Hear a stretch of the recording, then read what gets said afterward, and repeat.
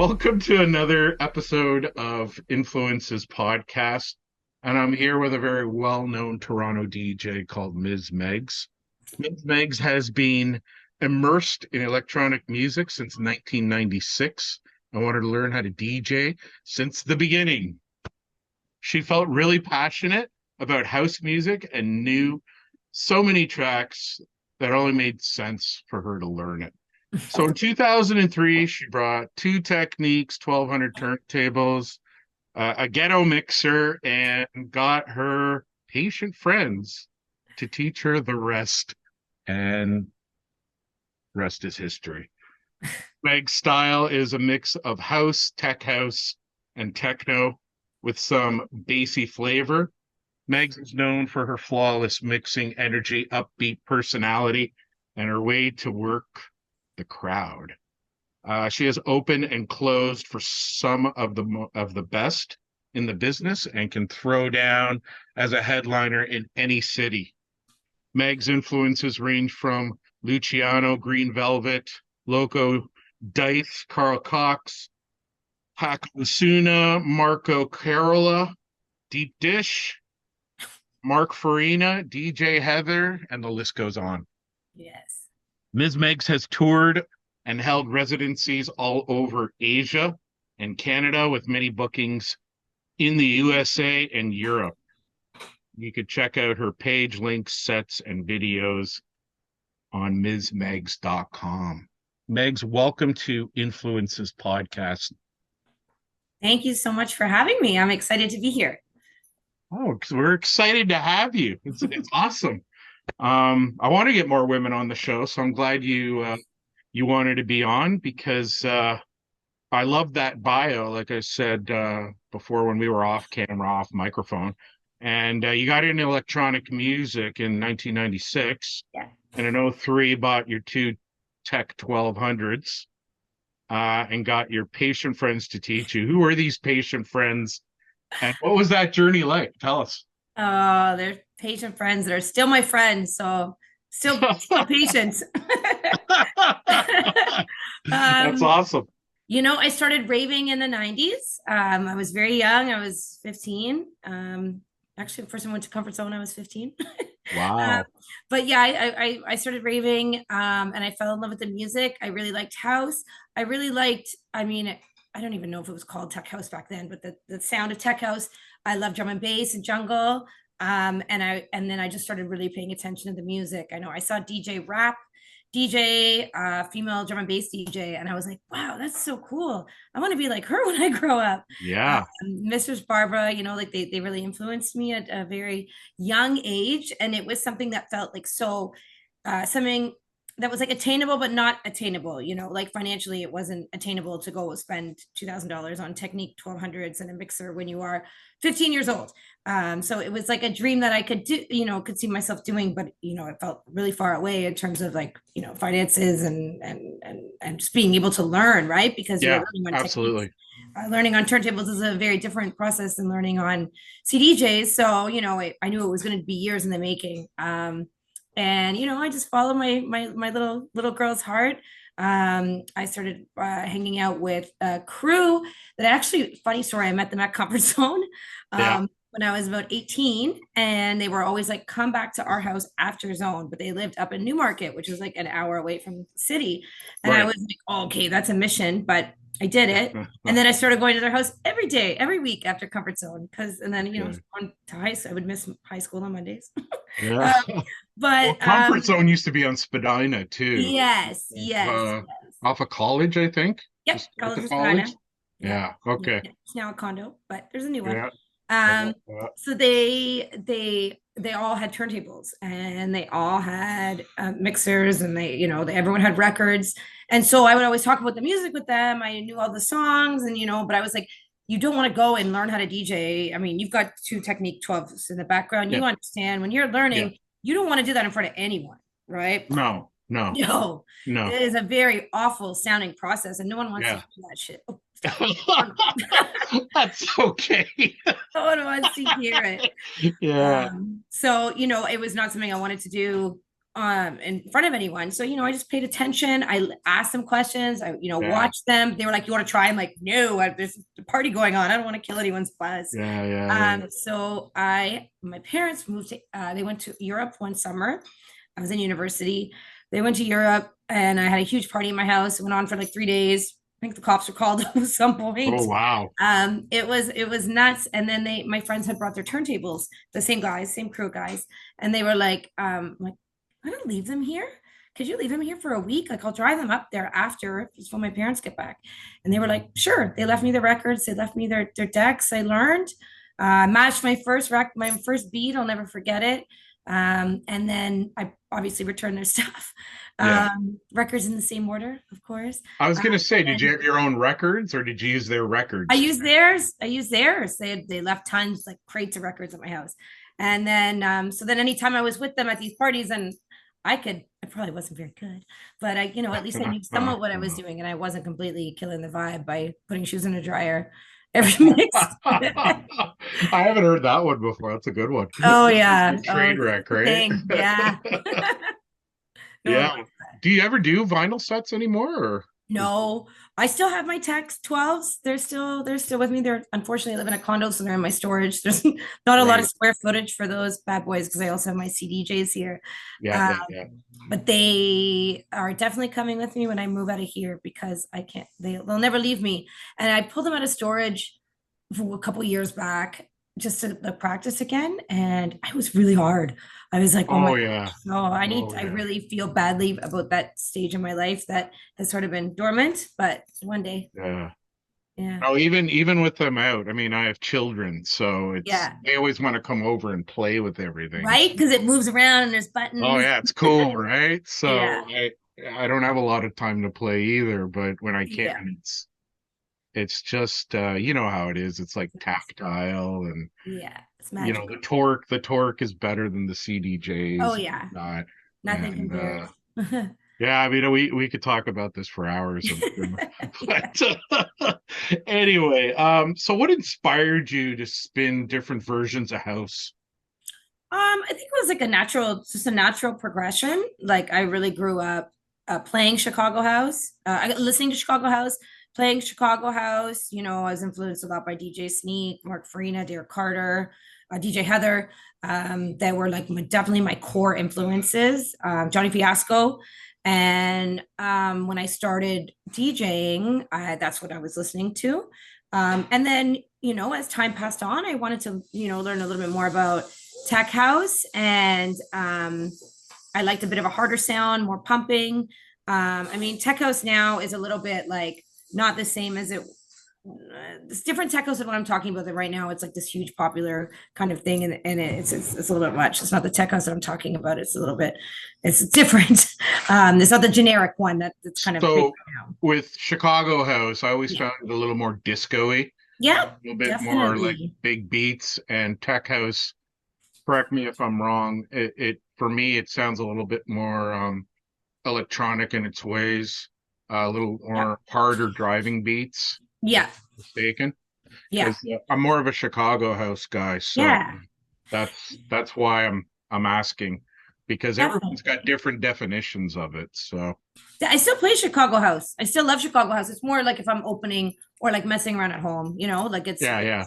I definitely still love it. It's my roots. It's definitely something I enjoy. It's just like, if I'm playing 4 o'clock in the morning, I want something a Yeah, little harder. yeah, yes. You want to make sure the people are awake. I Yeah. understand that. Keep them awake. So as a woman in a male-dominated industry, how tough was it to break in? Well, there's so many different answers to that question. It's a challenge in some ways, and it's a bonus in other ways. And there's a whole bunch of other little challenges that go along with it. Like there's a lot of tokenism. Oh, we want to get an all-female DJ lineup. Like I'm cool with Uh, all-female DJ lineups, but don't promote it that way. Don't use it a way to okay. promote it. And I've played my fair share of those just because a different place, different time. But there's so many more women out there, and it's so awesome to see, especially this younger generation of like 20-year-olds, and they're girls, and there's so many, and there wasn't a lot of them when I was doing it. So it's really good to see that. So sometimes you're booked just on the the fact that they need a girl, which I don't like. That's tokenism. Yeah, But then also there's so many good female DJs out there that there should be more girls on lineups. It shouldn't just be absolutely. like, oh, we got to get the girl. Yeah, But then there's, sometimes you're also in a male dominated industry. So there's a lot of barriers for you, like males and females look at different situations different ways. Where as a girl, I still learn more about this every day working in this industry. As a girl, you might be too shy to ask something. You might be too shy to ask for help or your pay or something like that. Whereas I find men are a little bit more comfortable in those areas with speaking up about that kind of stuff. Like there's been times where I've been like DJing and maybe I didn't want to ask for help about the equipment because I didn't want the boys to think that a girl couldn't do it, you know? oh So wow, yeah. yeah. Oh, and I still won't ask for help. That's my own stubbornness, but I don't want to ask the little girl doesn't want to ask the big boys if she can play, So and a part of it is just this, women and men are different creatures. We can't speak generally speaking about everybody, but we're different creatures and we approach situations in different ways. And sometimes you do need a woman's touch, So Absolutely. and I feel like there's a lot more opportunities for women now and girls. There's so many girls to choose from, so you're not just getting picked because you're a girl. I'd rather be booked on merit. I don't want to be put on a lineup because I'm a DJ. Just go book someone else. Yeah, I mean, because I'm a absolutely. female DJ, I just go book someone else. I don't want any part. Yeah. So when did you catch your big break then? I would say, I haven't caught that yet. That's why you're on my show. No? Oh, Where I first got to play out a lot was when I was yeah, living in Taiwan. It was '05. I had been playing. I brought my my two Technique 1200s and my mixer. I flew them out to Taiwan with me. Like really, I should have sold them and then like bought another pair. You know what I mean? Because they yeah, were yeah. always the same price. But why would I do that? I would just carry them everywhere with me because that's a really smart thing to do when you're traveling across the world. Yes. But I still have the same ones that I started on. So there's something nostalgic to say about that. But when I moved there, I practiced every day. My parents, when I was younger, gave me, I took violin, and my Right. parents said to me, you want violin lessons? They were private lessons. If you want violin lessons, you have to practice 15 minutes every day. And the minute you stop doing that, you're done. So I sort of took that mentality. I said, you got to practice every day for at least an hour. And I played every day for an hour. And I didn't really know anyone. So what else was I doing at first? And then I started to get recognized. Everyone's like, oh, cool. This girl's from Toronto. She DJs. So I started to get put on a lot of lineups there. But I was still I was still connected in the industry here. So people saw that, I was playing. And it was funny because my friend who lived here said, when you come back to Toronto, you're going to be playing everywhere. And I'm like, oh, no, no, no, no, no, no, no, no, no, no. Because I'm shy. I'm Oh, not shy really? anymore, but I was very I was shy. gonna say I don't see that at all. No, no, something happened. I don't know. But I was like, there's no way I'm playing in Toronto. I'm not that good, For me, I find age makes me less shy as I get Yeah, older, but I it's don't know if soft that's for hearing. everyone. Well, think about like old grannies, like those some of the things Yeah, that come out of their mouths. You like, yeah, exactly. maybe the Uh, same for us. But yeah, so Taiwan really brought my career. I was playing big parties. I was playing with like I think I played a party with Tiesto, Plump DJs. Like I did some cool events. So when I came back, it was just like a natural progression. And then I just started playing a lot. I got to be resident in a comfort zone. I started playing more parties. I started playing Coda. And it was just like, the natural progression as people. Coda, love Coda. Oh my Yeah. God, that DJ booth. I played there on Saturday. It was whew, it's a nice Oh booth. yeah, yeah. I've stood at the booth. Yeah. It's cool. It's even cool from that It's point of pretty view. cool. Yeah, I Yeah. stood behind Peggy Go once when she was doing a set. Oh, that's cool. How That was was that? that was really good, man. Yeah. Peggy's awesome. Yeah. She's fun. So you have some excellent mixes on Thank SoundCloud you. on your SoundCloud account. I'm just wondering what's your favorite one and why? I feel really, I have a guilt for my SoundCloud account right now because Oh I no. used to be so good at putting up mixes. I used to record everything and put it up there. And then I just have it's just kind of lost that touch of putting my recorder in my bag and bringing it along with me Right. since the pandemic. So there's one that I put up since then. So I'd say I like that one because it's recent. As recent as you get, Okay. it's like over a year old, but it's like Okay. but the one that's the most interesting one, I like the Future Forest one because that's a special festival that's close to my heart. That's Um, nice. Yeah, it's a good one. and yeah, that's fun. I had a lot of fun. And then the interesting one to me is there's one with like a lot of plays and like a lot more than the others, and it's really old. And people reference it all the time. And it's the one where I opened for Deborah DeLuca, and it's Oh, like a okay. 3 hour set, and it was like 2016, I want to say. And I Yeah, can't say I'm proud of it because it's really old and probably not as good as I am today, but yeah. who knows how good I was. But That's the thing. No one notices that. Come on. yeah, yeah. Except you. Has a lot of plays though, randomly, you know? Well, there's some really good ones up there. I'm looking forward to the next one when you do put your Yes. recorder in your bag. So SoundCloud guilt. SoundCloud yeah, guilt. I don't mean to be that guy. No Put pressure. the guilt on you or anything like that. So anyways, are you looking to put out any of your own music in the future? Oh, Hiring? everyone asks that question. I would love to. I'm a perfectionist, so I have a little bit of a problem with, I'm a Virgo, so a little bit of a problem of wanting everything to be perfect and not going to do anything about it until it is. So, like during the pandemic, I went to the Tour Room Academy, took some courses. I've tinkered around. I've got stuff like a bunch of half done stuff here and there. I'd love to produce, but I just gotta really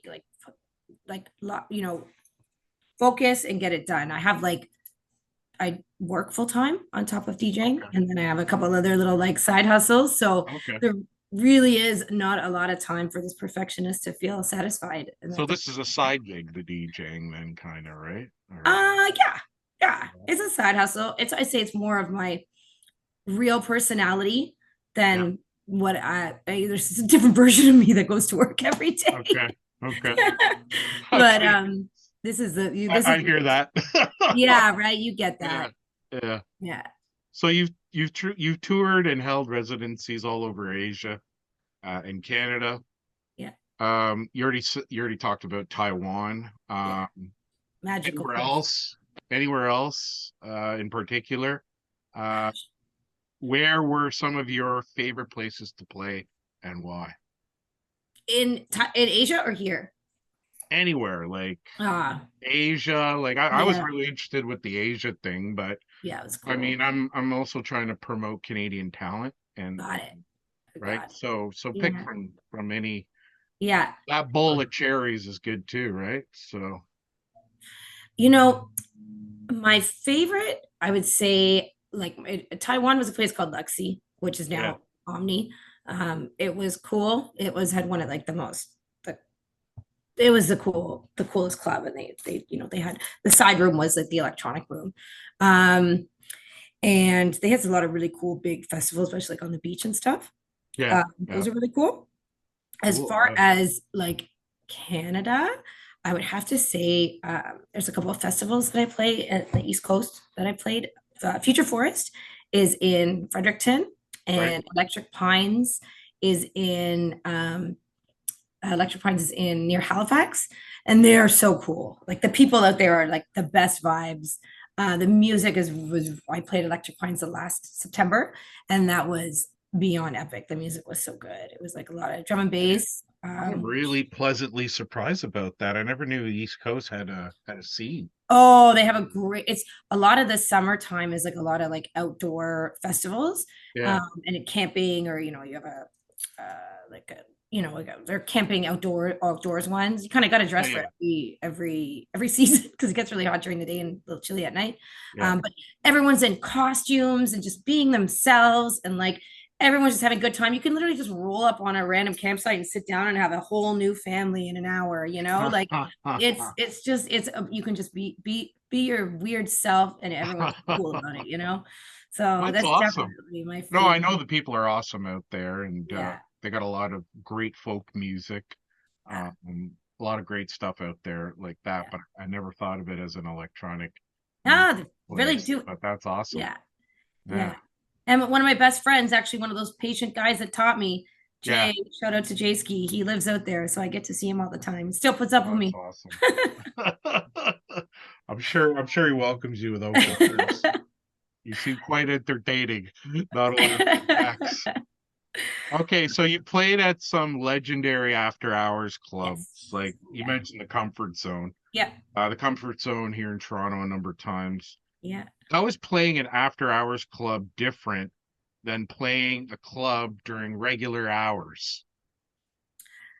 Do you know I anything would about say, that? Like I didn't know how to really phrase it. So yeah. regular hours like 10 to 2 type thing. Right? It's different, you know. You can play. I say you can play a little bit more underground, which I Yeah. like. I'm playing in after hours. You have a little bit more freedom. There's a lot of rules, right? Like even if you're opening in after hours, there's you can't play as hard or so fast. It's kind of the same rules as a regular club, but then there's less the later it goes. Like Yeah. closing down comfort zone from 8 to 10 is one of my favorites because I can do whatever I want, and the faster and the harder, and you can go up, you can go down, you can tell stories, and there's no rules because there's no one going after you.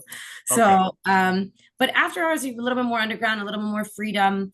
And the biggest thing about an after hours I find is like and any club for that matter is like you are in control of how those people are feeling for the next 2 hours or whatever, and you really have to watch them, especially in after hours. You really got to watch them to see, are they getting bored, do they need you to change it up a little bit, Oh and get yeah. tired. So has something like the Comfort Zone? I don't really go to those anymore, but Oh, you should. I did go to the Comfort Zone when I was a younger man. Yeah. I haven't been there in about 20 years. Is it still pretty much the same as it was in the early 2000s, or has it changed at all? Or like, is the um, vibe different? Is it similar? it's different, but the same. I want to say, I mean, it's no, there's no such thing as like comfort zone in the late 90s, early 2000s. That is a thing that is like a frozen in time. And we were, if you were there during that time, consider yourself lucky, because I don't think there's any other place in time that will ever Yeah. exist. But it's definitely, it's they moved January of 2020, right before the pandemic. They found this dope new location and they made it look exactly like the old comfort zone. You Oh, can literally cool. walk in and be on the dance floor, close your eyes, and be like, whoa, I'm here. Wow. But they've also changed out the layout. They got new lights. They made some changes to it for sure. Um, the music is still incredible. The vibe's really good. I like that the new venue is amazing. I think at first it was the smart thing to do to make it look exactly like the old one because people needed. People are still pretty cool, that kind of thing. Yeah. Oh, yeah, Oh yeah, yeah. yeah. The crowd's great. I mean, I was there Sunday morning Well, that's having what I'm fun. asking you the question. Yeah. My memory's pretty fresh. Yeah, that's And good. it was good. Yeah, it was a good time. They got some cool new lights there, which are really like made the vibe, change up the vibe. I mean, we're at a place and time now where we're used to like big stages and lights, and we need like total like sensory overload. Whereas I think like the old zone was at a time where like, things need to be dark and I, we need a lot of flashiness. that's what I remember about it. It was Yeah. quite dark, and Yeah. the music is what took you, I found, Oh, when the I music walked those in. days, the music was just like you could go. I spent 24 hours in that place in the Yeah, back in the day, yeah. um, and I definitely spent. I mean, they don't not open for 24 hours anymore, but the music could just keep you moving and keep you Oh there. yeah, absolutely. Yeah, I know. It was I just wanted to go back down memory lane with you a bit on that one. Oh, So when were you last there? I think I was there in Yeah, 2004 or 5. So yeah. last So time I was there. you know, Yeah, I know. I know we those are believe it some right wild back. times. That is a type of place that like you're just like it was a special moment in time that Yeah. you're lucky you were a part of. And you know what's crazy? When I was in Taiwan I was there in the early 2005, I moved there, and Okay. anyone that I met that had been to Toronto that was in the industry, was even just a party goer. I was Right. like, "You've been to comfort zone?" They're like, "Oh yeah." Like literally, it doesn't matter what part of the world you're from. If you had been to Toronto Yeah. and if you liked electronic music, you've been there and you have a story. Yeah, there's a story. Yeah. There's definitely a story. There's always a story. That's what I Yeah. always liked about that place. Special place. Yeah. So speaking of residencies, Yeah. how did you land that residency at Insomnia on Thursday nights? It was so random. It was over the summer. a gentleman by the name of Gilles reached out to me on Facebook. Total like random ask. I did not know him. We had a ton of mutual friends, so Yeah. it wasn't like weird or anything. And I was like, he was like, hey, I'm looking at doing a Thursday an insomnia. We'd like to get you on it as a resident. Can we meet for a drink? And I was like, yes, cool. That I just got a good vibe from him, and I got a Oh good yeah. vibe from people are always asking you stuff, and they never follow through, and there's like a lot of red tape or just stuff that doesn't never actually transpires.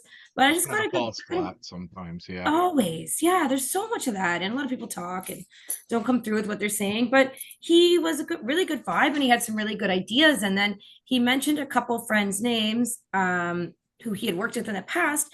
And then I asked them about him. They were like, "Oh my God, that's our mentor. That was my mentor in the '90s. Like, you need to work with this guy." So I was like, "Okay, cool. This is really Yeah. great." And everyone knows insomnia. It's like a staple in Toronto as far as lounges go. And last week when I was there, I was so pleasantly surprised because I heard they were getting new equipment, and I walked in to two Pioneer 3000s and a DJM A9 mixer, which is like the cream of the crop right now. And that stuff is it's in the standard in a lot of clubs, but not all of them.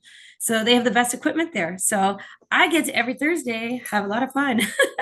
Yeah, that's awesome. Yeah, I was So like made my Thursdays really just to get that kind of a toy to be that accessible all the time. in the bio, you mentioned many of your DJ Yeah, influences and inspirations. You yeah, also mentioned them here on the program today as well. But I'm yeah. wondering if there are any other electronic music acts that have inspired you. Maybe not particularly DJ, but Right. any other kind of Mm. electronical music acts that have inspired you to do what you do. Yeah, I mean, like Gorgon City, Rufus Del Sol, like Gorgon City are like hands down, like they're not on there as I wouldn't to say one of my influences, but definitely should be. It's a time to update your bio. I really like fallen in love with them over the past few years, and especially as of most recently. Actually saw them a couple weeks ago at Right, Rebel. right. So good.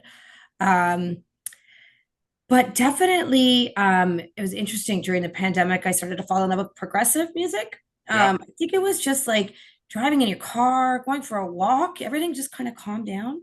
And Yeah. it was that floaty kind of Anjuna beats, like Yeah. Marsh, like Yeah. he's really good. Simon Doty, and Simon Doty's a friend too.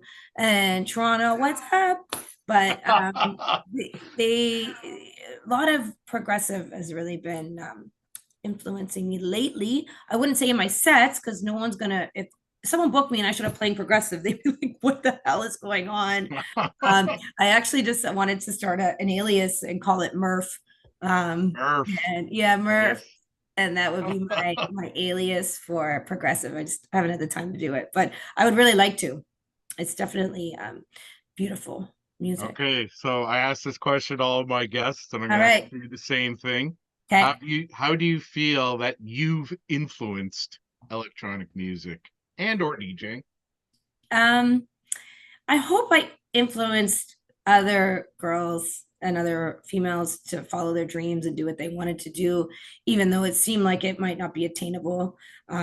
It's a lot easier now because like the equipment makes it easier to learn. You don't have to worry about having shoes in the dryer for how learning how to beat match takes a lot of time, and there's a lot of shoes in the dryer. A Well, lot of time. it's funny because I moved from the Techniques to the CDJs, and Yeah, yeah, same. there's a Yeah, lot more you can do, I yeah. find. Like, Yeah, freedom, right? yeah, You just got to match those beats, but that's yeah, all you can do. Like your yeah, focus, yeah. needs to stay there because someone, and especially someone hits a record, I mean, bops the table and like awful, right? I miss that. I miss hearing mixes go Uh, off and slide set up the turntables and bump the table all and you do want, it. right? Yeah, I just gotta do it here, torture my cat. Yeah. But I hope girls say things to me, nice comments to me all the time, and I hope that some of them do end up following their dreams. And if I could do that to someone, what women did for me, then I'm happy. That's awesome. I'm sure a lot of women have and girls have taken up the art of DJing. I could tell you right now, I run a DJ club Yeah. at the high school, and Oh, we're mostly cool. mostly girls, mostly girls, Is it? mostly. I Yeah, love that. See, when I was in It's high school, it was boys. So yeah. I love that. I mean, it's not Oh, an and they're very outgoing too. So cool. it's very nice to see that and to see Yeah. inspirations like you out there That doing makes me what you happy. do. That And makes me happy. Mags, really thank you for being on the program. Thank you for having Miss me. Megs, DJ in Toronto, homegrown, and thank you for being on Influences podcast. Thank you so much for having me. I enjoyed our conversation and thanks for giving me a place to speak. Yeah, anytime. Take care. You have been watching and listening to Influences Podcast. Influences Podcast is written, produced, and hosted by yours truly, Jason Harrischuk. Also produced by Angela Churchill, aka Purple Sapphire. My social media consultant is Christina Laukinen, also known as My Girl Tuesday. Check out Influences Podcast on Instagram and TikTok at influences_podcast. That's influences_podcast. Thanks for watching and listening.